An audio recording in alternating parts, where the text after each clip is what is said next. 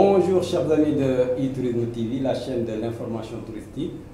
Bienvenue dans votre émission Parlons Tourisme. Aujourd'hui, avec mon collègue doyen Doudou Ndiaye Kopa, on a un invité. Donc, mais avant de passer à l'invité, je vais laisser mon doyen Doudou Ndiaye Kopa se présenter. Bonjour monsieur Doudou Ndiaye Kopa. Bonjour Abdoulaye, très honoré de vous avoir sur le plateau ce gamme, ce Mawlud, la naissance du prophète. Merci monsieur Doudou Ndiaye Kopa. Donc les visites chez monsieur Abdoulaye Fall. Monsieur Abdoulaye Fall, bonjour. Bonjour monsieur. Moi je m'appelle Abdoulaye Fall. Je suis l'actuel chef de cuisine de Sali Princesse. Mais j'ai un cursus assez long avant d'arriver là-bas. Comme on a l'habitude de dire, actuellement ces émissions, on les fait aussi bien en Wolof et en français bien sûr. Donc nous avons monsieur Abdoulaye Fall, di ko ñamal ci suñu jus locaux yi. Donc nañ ñam ci jus d'abord avant de démarrer l'émission bi. Jus de mangue la ñu am tey Père Kopa. Donc jus de mangue xam naa ne nañu bàyyi suñu invité bi déguster ko après dinañu wax moom lu mu ci xalaat. On va goûter ce jus de mangue avec notre invité monsieur Fall. À la santé de monsieur Abdoulaye Fall. Merci beaucoup. Comme on dit.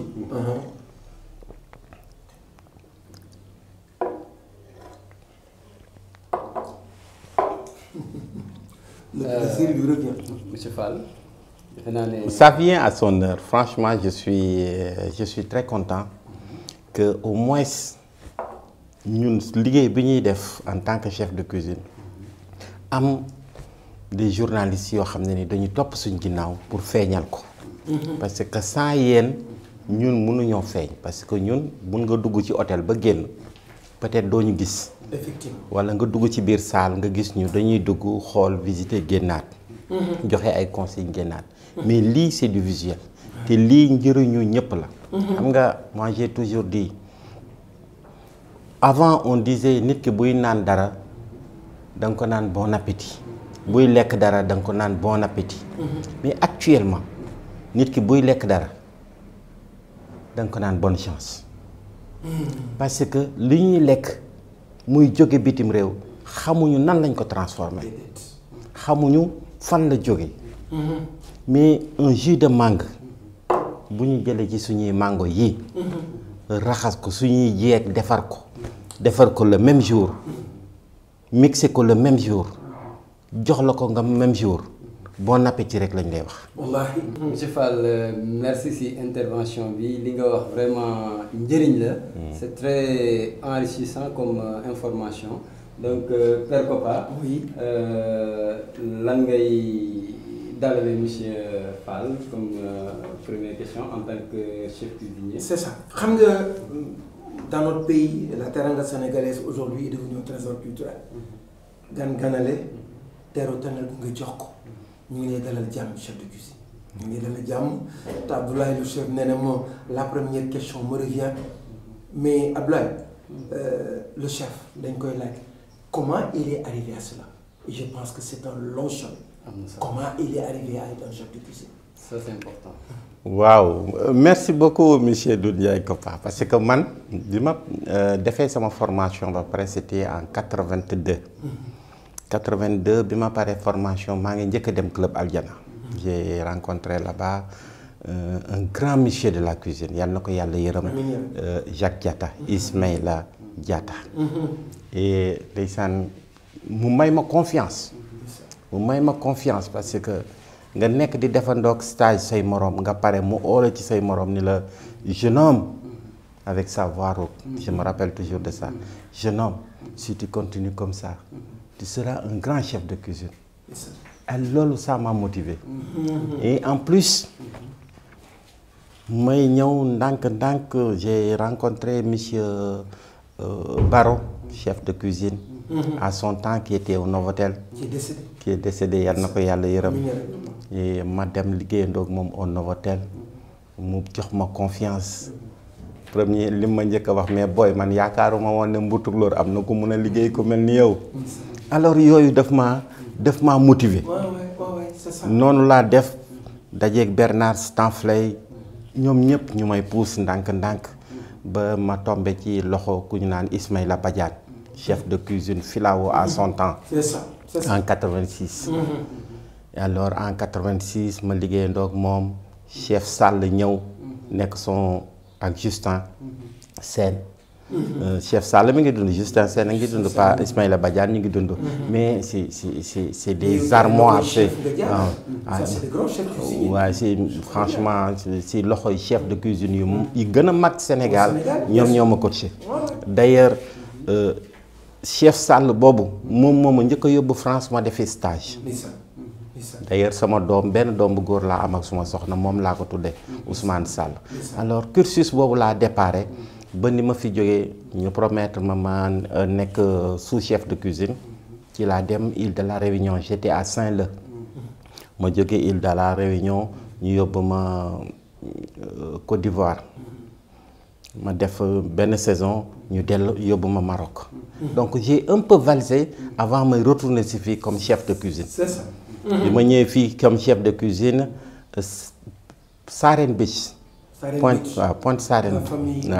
waaw foofu laa njëkk a nekk laa njëkk a diriger comme chef de cuisine.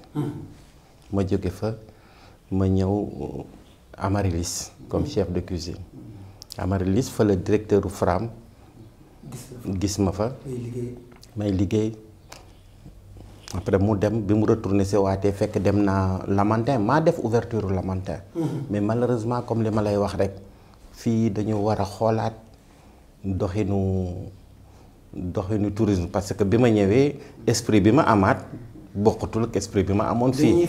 waaw dama amoon esprit vraiment professionnel donc bëgguma woon ku ma piétiner. Donc ma jóge foofu ñëw. dem si yàlla si Mayoro Wade oo ma këram waxtaan ak man motiver ma d'accord liggéey ak moom foofu laa liggéey ba ni ma fa jógee dem Palm Beach. waaw Palm Beach dirigé naa ko comme chef de cuisine pendant 11 ans. waaw jaar ci hôtel yu mag yu bëri. waaw ba loolu daal moom moo ma téye ma nekk chef de cuisine ba tey jii. Abdoulaye vraiment c'est un parcours très riche. muy parcours boo xam ne defe naa ne Sénégal suñ la exploité war nañoo mën a jëlee ci yow lu bëri parce que fépp foo jaar jàng nga fa richesse culture bi richesse seen cuisine te loolu aussi dafa baax ci hôtel Vert. C'est important mu doon loo xam ne defe naa ne jafe na nga gis ñi ko fi am. Donc félicitations encore pour parcours. Merci beaucoup, merci beaucoup. Donc man question bi may am mooy que ne ku wax cuisine wax ku wax restauration di nga wax manger très bien. c'est-à-dire comme di nga la wax lekk ju baax. te lekk bu baax defe naa ne suñu xoolee ci touristes yi ñëw fii bëri na ñoo xam ne lekk bu baax bokk na ci leen di leen fii indi. mën nga ñëw wax ban njëriñ le cuisine bi restaurant di jouer ci bon séjour de tubaab ci hôtel. Ça c'est important. waaw ça c'est très important parce que xam nga dafa am benn borom xam buy wax ne tant que nous vivons nous dépensons de l'énergie pour boire, pour manger, pour dormir, pour lire et même pour écrire. benn cuisinier bu fa nekkoon ne ko nous vous proposons l'énergie sur sa plus belle forme sur une assiette. Malheureusement Sénégal joxuñu cuisiniers yi seen gëdd. waaw il faut le dire. parce que benn commis cuisine en France mun na fay fii chef de cuisine adjoint chef de cuisine ak chef de partie yëpp ce qui est anormal. et pourtant même liggéey bi la ñuy def ñun sax suñu liggéey moo gën a metti parce que ñoom ay PCA la ñuy liggéey plat cuisinier élaboré à l'avance c'est-à-dire yëpp c'est industriel. ko defar à l'avance. ñu représente. waaw ñun da ngay jël jën bi muy dund nga ñëw teg ko tubaab bi di la xool nga koy xool nga ne ko jën baa ngi ne mu wóor ko ne jën bu bees la. ñun duñu congeler jën. ñu defaral la ko. grillé nga bëgg ñu grillé la ko. meunière ñu meuniéral la ko. cuisson boo ci soxla ñu defaral la ko. waaw donc ñun clients yi bu ñu ñëwee boo gisee da ngay toog table sax ay clients dañuy toog table yow chef de cuisine nga ñëw toog seen table dañuy bëgg parce que fi ñu lay teg gëdd bi. médecin boo feebaree la lay faj. waaye ñun dañuy fexe ba doo feebar. parce que dañ lay jox de la nourriture saine et équilibrée. Saine et équilibrée. Saine et équilibrée suñu légumes yi ñu am fii sudul OGM bi moo ci dugg kenn gënuñu légume parce que ñun étrin bi ñu am fii c'est naturel légumes yi ñu am c'est naturel gaa yee ci bëgg a dugal lu ci bokkul rek waaye li nga xam ne ni buy jus de buy jus de bisaab suñ cosaan la jus de Dakar mooy tamarin les fruits de chez nous waaw man loolu laay prôné man mun naa garanti suma lekk mun nga xëy suba teel nekk sama hôtel bu may liggéeyee nga añ fa reer fa nekk fa liggéey naa ba tey def naa 35 ans de métier musuma fàttaliku fu ñu ma oowee ni ma sa client bi am na cag mooy toxico infection alimentaire collective wala commune parce que du ma jox nit lu ma leerul dinaa def la tout ba table bu ma nekk boo ñëwee tey hôtel Princesse lu jaar yoon rek ngay lekk c'est important. très sûr Ça fait partie de la promotion de la destination. waaw Ablaye. le père li mu wax dafa am solo. parce que nit ki lu mu mën a am li muy lekk su ko leeree ne lu sell la rek. xelam day dal. bien sûr parce que suñu am yëpp suñ ko taree daa fekk ñu wér. kon li ñuy lekk comme moo ñuy feebar. et c'est aussi juste que il y a un proverbe européen et français qui dit que nous ne sommes que ce que nous mangeons. bien sûr bien sûr. sooy lekk lu baax. lu wér. lu sain. lu équilibré yow da ngay wér. doo sonal benn médecin. bien sûr. mais soo dee c'est quand tu manges du n'importe quoi. tu es du n'importe quoi. si tu manges je ne sais pas quoi. tu es je ne sais pas quoi.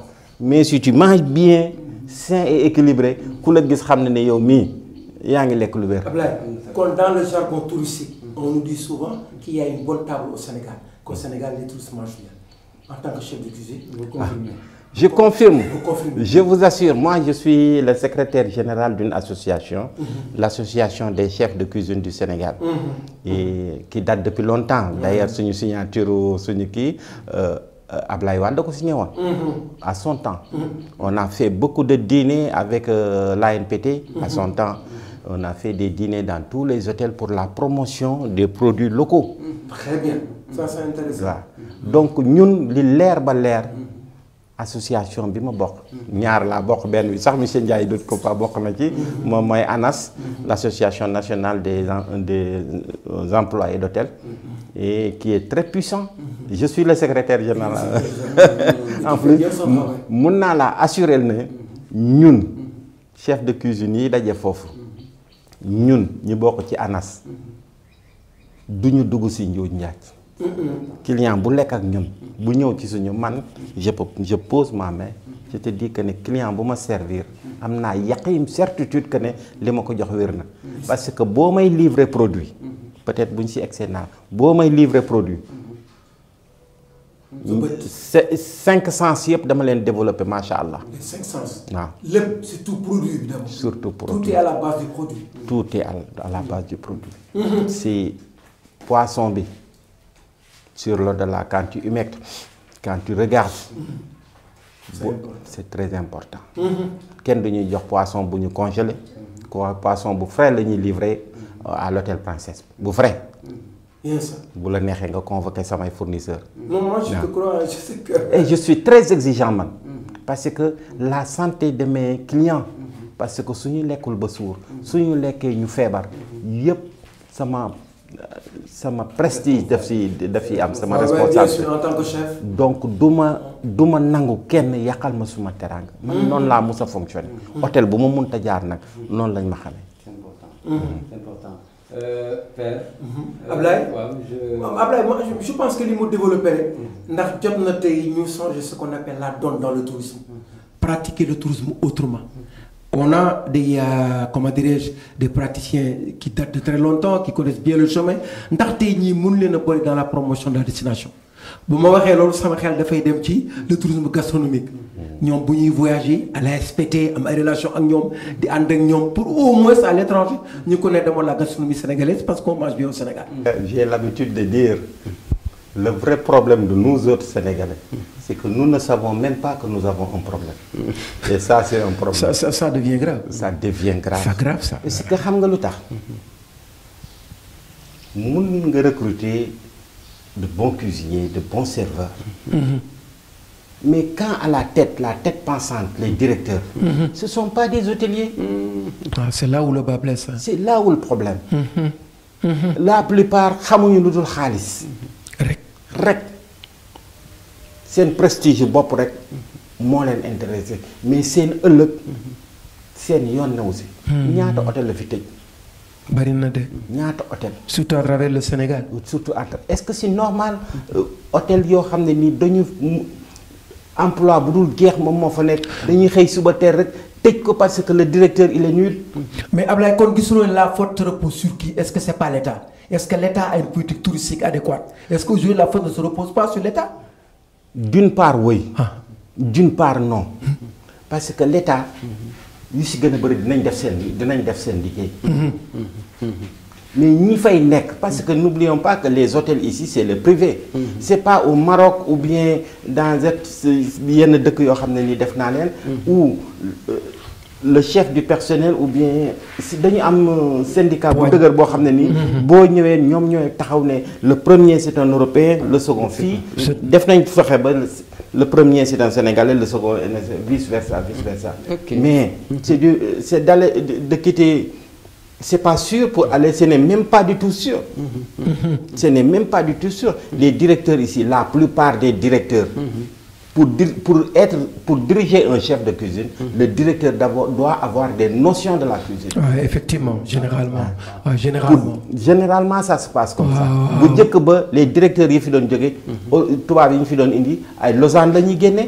Même s'ils sont pas des de Lausanne en Suisse. Même s'ils sont pas des cuisiniers, c'est des gens qui savent quand même la feuille de marché. La feuille de marché. Ils connaissent. Mais ñi fi nekk léegi comme directeur, c'est des menuisiers, c'est des maçons. Non, c'est des financiers. C'est des comptables. La plupart des hôtels à Saly, tous les directeurs, ce n'est que des comptables qui s'y connaissent pas.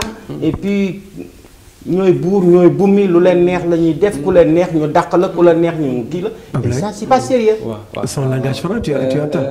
li mu wax dafa am solo. parce que pour nga diriger hôtel. Parce que ku wax hôtel rek yaa ngi xalaat lekk bu neex. même soo xalaatee tëdd bu neex si tu penses bien dormir profiter des loisirs quand on parle d'hôtel on parle aussi de bien manger. De tout un ensemble. Donc ce qui veut dire que un bon directeur d'hôtel, comme vous venez de le dire, doit connaître qu'est-ce qu'on mange dans la gestion d'un hôtel. Qu'est-ce qu'on mange dans son hôtel. Un bon directeur d'hôtel. bu toogee sur table nga tegal ko sauce na ne sauce bi sauce choron la lii moo ci manque. sauce bi sauce poivre vert la. Un bon directeur. C'est ça.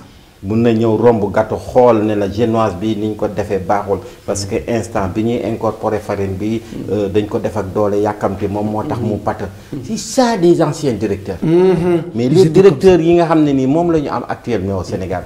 Mais le ministre du tourisme def si war a taxaw. def leen war il faut que ñu ñuy il faut qu'il y ait des échos favorables. waaw pour le tourisme. waaw pour le tourisme il faut que ñu déglu ñu. buñ ñu xeeb. parce que après tout ñun hôtel yi ñu diriger. En tant que chef de cuisine, en tant que commis de cuisine. C'est important, 4 étoiles. 4 étoiles dañ koy yore. Malheureusement bu doon Europe la boo demee ba yore hôtel bu nekk 4 étoiles boo waree dem retraite. gouvernement bi da lay jàppale nga am sa restaurant bopp. ubbi sa restaurant bopp. ba pare di former ay nit. Mais ici. Chef de cuisine yi ma la fi limal yëpp. ñoom ñëpp dem nañu restaurant. Qu'est-ce que le gouvernement a fait pour eux? Rien. Ablaye. dañuy dellu si rek sur la politique touristique. Ok. Aujourd'hui tourisme dem na ba doon industrie. C'est 350 milliards dans les caisses de l'État. Il faudrait que l'État amaat benn vision. Pratiquer autrement. Dans le cas des expatriés. Les contrats des étrangers, il va falloir revoir ça.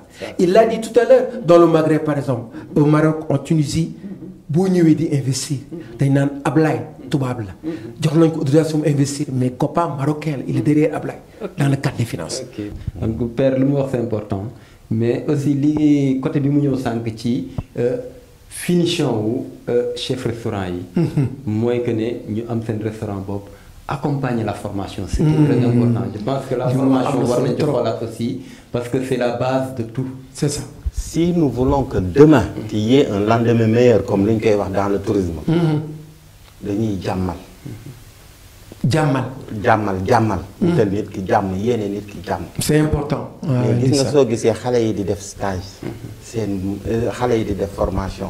seen papa yi amuñu doole seen yaay yi amuñu doole. ñu leen di fayal tous les mois. ci stage bi. non ci formation. ci formation ñu yóbbu leen stage. yóbbu stage nit chaque fin du mois nga jox ko 10 000 francs. c'est une honte pour le Sénégal. ah ouais, au sein de l'hôtel. Au sein de l'hôtel. 10 000 francs. 10 000 lañ leen di jox suñu feebaree kenn du leen faj. suñu tardé car bi ñooy fayal seen bopp. Il faut que nous sécuriser hôtellerie. Sécuriser hôtellerie. Il faut que nous sécuriser. Ça c'est important. Ils ont compris sécuriser, mettre des gendarmes, des policiers. Non, ça c'est pas ça la sécurité d'un employé. La sécurité d'un employé, c'est dans l'hôtel. Le social d'abord. Le social. Le social.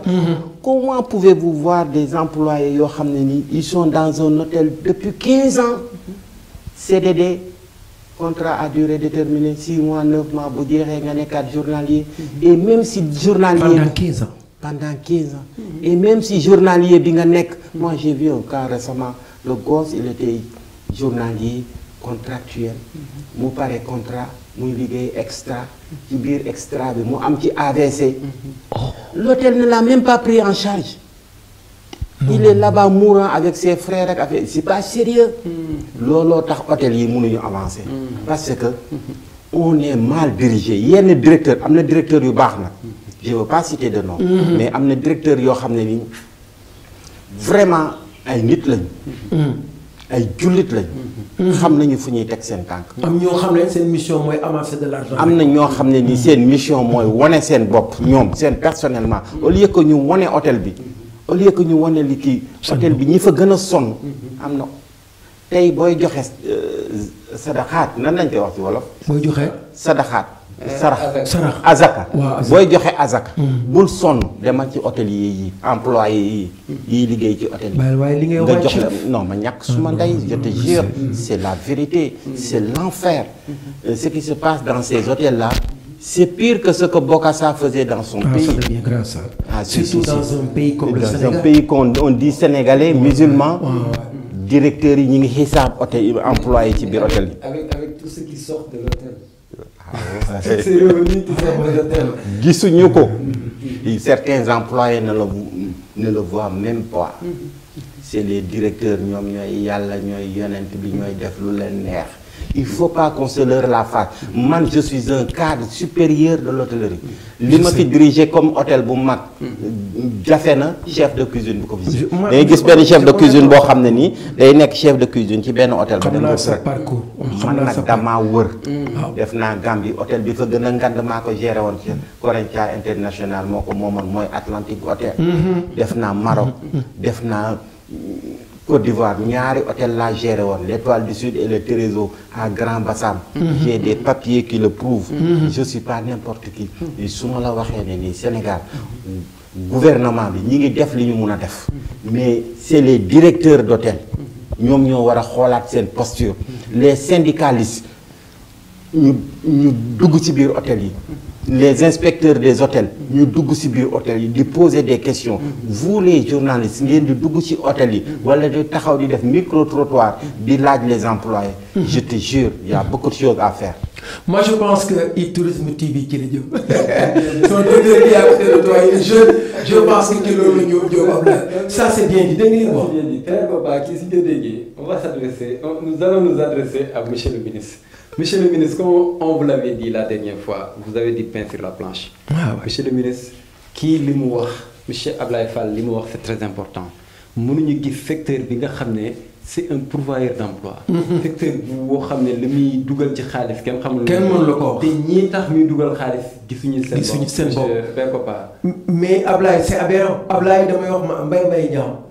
Mbaye Niang mu ñëwoon na bu indi fi lu am solo code du tourisme. L'orientation du tourisme wax nga ko fi bërki dem ma ne la donc code routier du tourisme. C'est important. ñii c'est des conseils techniques. xam nga dama la wax ne la il faut ñu changer la donne. wala ñu changer mbir mi pendant 45 ans 50 ans de tourisme les ministres war nañu changer nu ñuy defee.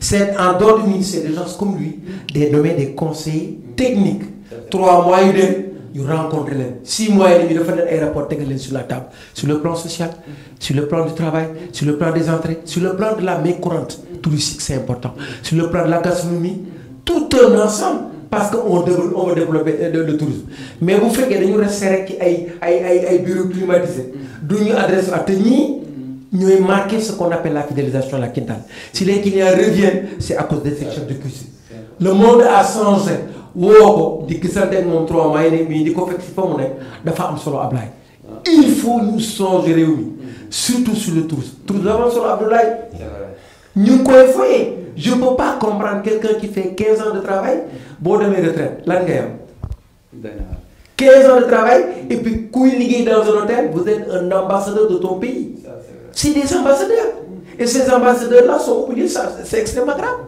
toi bu ñuy dellu si à cause de ceux qui travaillent d'abord dans l'hôtel le social mais lii moo dafa am solo Ablaye li mu am na solo trop dina ñëw ci hôtel ba génn directeur bi soo ko waxee c'est lui le directeur xamu ko mais employé yi la xam chef les serveurs ñoom la xam les barman les réceptionnistes ñooñu la xam mën naa la jox benn anecdote dama toog ak sama benn booy Balde booy bu mun liggéey macha allah muy servir ay clients di dem di ñëw di dem di ñëw di dem di ñëw jékki-jékki benn client oo ko je vois que vous êtes très brave vous travaillez bien vous gagnez combien de francs waaw c'est la question de combien vous gagnez waaw mu ne ko 45 000 mu ne ko 45 000 mais vous percevez plus que moi pourquoi vous me servez parce que mu defaat mu ne ko non en francs ou bien en CFA en euro euro la koy teg mu ne ko non en CFA mu ne ko en CFA mu ne ko amène-moi la machine mu jox ko machine mu ko tubaab bi ne ko ça mu ne ko ça mu ne ko journalièrement mu ne ko non à la fin du mois 30 jours de travail tubaab bi nekk na fa chaque jour mu may ko 10 000 francs wallahi ne ko je te jure si j'étais à ta place je vais chercher un autre travail. ak bari ci hôtel. mais c'est pas sérieux. waaw ñun depuis 70 c'est pas sérieux. cette chanson là dañ koy sentir. booy yi duñ si gis seen bopp. man ça me fait mal. da ngay feyeeku. am na hôtel yoo xam ne nii le 15. gars yi rang bureau du personnel pour jël ay acompte. buñ ko deful duñ mën continuer. buñ ko deful duñu continuer. il vivote. am na hôtel yoo xam ne nii. am na benn waay boo xam ne nii chaque année day dugg ci benn hôtel. foofu lay joxe kii woom sarxam nu mu tudd zakat waaw zakat tu penses que c'est sérieux un hôtel pour des hôtels mais le ministre ne sait pas ça parce que su xamoon loolu dina ci gën a taxaw parce que ñi muy déglu du ñoo koy wax daal la vérité wallahi wallahi regardez da ngay ñëw ay hôtel temps wu Covid bi on a fermé combien d'hôtels et borom kër yi nekk ci biir hôtel yi xanaa amuñu njaboot. et on les donne 50% de leur salaire. 50%. déjà le salaire ça vaut rien. ça ne suffit pas. ça ne suffit pas. ñu lay jox genn wàll. te directeur d'hôtel yooyu ñoom ñoo dem ci gouvernement bi kaas gouvernement bi jox leen ñoom ñëpp de l'argent. 600 millions 300 millions. pour léegi ni ñu leen ko joxee ñoom mënuñu woon au moins. jox seen employé 100%. Ah oui, bien sûr. Hein? Bien sûr. non mais 75%, 50%, ba pare retrait boo fa am ñu retirer la ko non directeur yi yërëmuñu seen employé yi. Ablaye, son langage franc. Voilà quelqu'un qui aime le métier. Parce que métier bi expérience bi mu am ak son parcours fi mu jaar moo tax sa vérité même si ça touche c'est une très bonne vérité. waaw donc dañuy ñëw ci léegi déjà mën nañ ne am na partie boo xam ne dañ ci bëggoon a dugg ci côté yow ak ministre bu bees bi fi ñëw. di monsieur Mame Mbaye Niang nga xam ne xamoon na fi nekkoon na fi ñëwaat yow en tant que chef de cuisine chef cuisinier. xam hôtellerie ni muy fonctionner wax sànq ay points yu am solo muy ay points côté employé ni ñuy sonnee ci hôtel. ak rôle bu am njëriñ bi ñuy def ci hôtel léeg-léeg yenn directeurs yi di leen maltraité du ñu tudd hôtel du ñu tudd kenn mais am na ci ñoo xam ne vraiment sonn nañ trop. mais su ma toogoon ak moom parce que man amatuma dara lu may wut par la grâce de Dieu maa ngi sant yàlla bu baax béy naa sama wàll ci tool bi ndax nekk naa chef de cuisine maa ngi joxe aussi ay cours à l'école ma yore sama service traiteur aussi maa ngi sant yàlla lépp lu ma mun a def parce que métier bi comme j'ai l'habitude de le dire au début je voulais juste être un cuisinier aujourd'hui par la grâce de Dieu par la grâce de Dieu je suis devenu ce que je suis devenu et ce que Dieu a voulu et à travers ça je sais maintenant qui je suis c'est très important loolu moom moo ma dal ci métier bi mais su ma toogoon nag monsieur le ministre dinaa ko wax dinaa ko tegal sama loxo ci baaraam ndax bu dee sama kilifa yi tamit maa ko mag te xam naa ci métier bi yi tamit loo xam ne ni peut-être xamu ko walla bu dee dañ ko koo nëbb te xamu ko waaw am na yu bëri ñoom dinañ ko bëgg a faj parfois da ngay gis kenn kuy fustiger kenn en réalité tegaluñ ko loxoom ne ko lii la ci dëgg bi le doigt sur la plaie. la doigt sur la c'est important. su ma toogoon ak moom dinaa ko wax en réalité lan moo xew wallaahi waaw te dina soxla loolu dina ko soxla trop dañuy ñëw ci benn question xam naa ne comme li ñuy wax li xajul ci cin bi dañuy ñëw ba ci li nga xam ne bokk na ci jàmbatu touristes yi ñëw muy cherté destination bi yow noo ko gisee loolu ah ouais parce que j'ai eu à faire des voyages avec des touristes et souvent Abdoulaye pour venir au Maroc on paye pour une semaine si on paye une semaine au Maroc ça fait même pas 2 jours au Sénégal si on fait 15 jours au Sénégal au Maroc le même 15 jours on peut le faire 1 mois au Maroc tu vois donc le Maroc la destination est moins chère et puis Sénégal comme li ma la wax rek suñu les certains directeurs ils n'ont pas de vision on a tout yàlla xam na loolu ñun lu ñu mën a am Maroc hôtel yi fa gën a am doole ay Mamounia nekkul ci booru géej sori na te nit ñi dañ sori na nit ñi dañ fay dem parce que promotion bi waaw c'est pas cher et puis jege na mais ñun on a tout on a la plage on a la mer on a les poissons qui coûtent absolument rien les fruits et légumes mënuñu la wax le coût d'un plat est excessif ici mënul nekk on a tout on a des gens qui sont très bien formés mais qui sont mal exploités booy dañuy dem ba dootuñu am xam nga affaire bi amour la te léegi jamono bi dafa metti tu amènes ton enfant à l'école tu payes 50 000 80 000 francs 25 000 francs mu def formation ba pare il va en stage il sort avec 10 000 francs 10 000 francs le mois attends on est où c'est pas sérieux su feebaree ñu puusaat la ko qu'est-ce qu'on fait le vrai problème de nous autres c'est dans les hôtels il faut qu'on règle ce problème là il faut que les inspecteurs du tourisme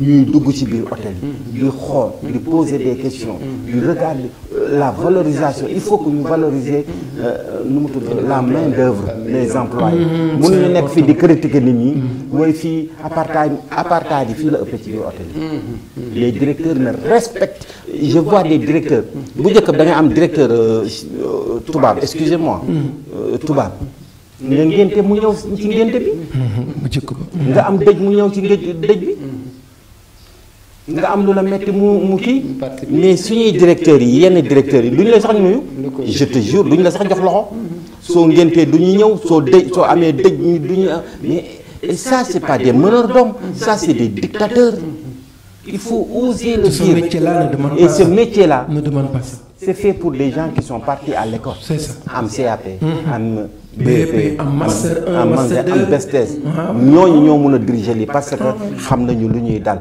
un directeur qui n'a jamais fait la cuisine qui n'a jamais fait le bar qui n'a jamais fait le restaurant qui n'a jamais fait il peut pas diriger day tàppale rek waaw mais diriger amu fa li doof ci xaajul ci cër ne émission bi déjà tire à sa fin riche très riche njàngat ci enseignement tellement d'enseignement dans cette émission vraiment père genre invité yi on doit les avoir fréquemment. Ablaye, je lui dis que c'est un traiteur. Donc il voyage partout. On a besoin de lui partout avec sa société. Il va venir travailler e-Tourisme TV. Inch'Allah. Parce que première année nga xool parce que léegi métier bi lépp looy def il faut mu am vision. Il faut que nit ñi gis li ngay def surtout à l'étranger muy dem. e-Tourisme TV est vrai pour ça. Ablaye, moi je pense que boo ko dégloo mu wax rek il est grand temps tey état xoolaat le tourisme sénégalais. tourisme bi industrie la. nañ ko songe nañu essayer dem vers des assises nationales pourquoi pas état dem vers des assises nationales génne un document adapté à nos réalités parce que le tourisme est tout et tout est dans le tourisme chauffeur de taxi bi jaaykatu caaf bi objet d'art bi journaliste bi tout le monde est impliqué dans le produit touristique. Tu vois, en France ils n'ont pas de ministère, ils n'ont qu'une délégation générale au tourisme et tous les Américains visitent la France. La France, c'est le premier pays touristique dans le monde parce qu'ils ont travaillé. Mais li ñuy wax dëgg la destination bi cher la am na ñuy dem ba bind naan suñu destination moo gën a cher dans le monde ça reste à vérifier. Kon ñu ngi attirer attention monsieur le ministre di ko souhaiter une bonne venue, une bonne arrivée, de très bons résultats et au bénéfice des Sénégalais dans ce tourisme là. Ablaye looy tëj. kon suñu gan gi dañ koy jox mu wax dernier mot avant la fin. Donc votre dernier mot monsieur Fall. bon man su ma souhaité moom mooy yal na jàmm sax. seen télévision bi. ça vient à son heure. franchement xaw ma nan lañ koy waxee ci wolof quoi nan yal na suqaliku quoi. yal na suqaliku parce que lii vitrine la quoi. ça permet à tout le monde de ñu teg ci suñu loxo carrément ni affaire bi lii la.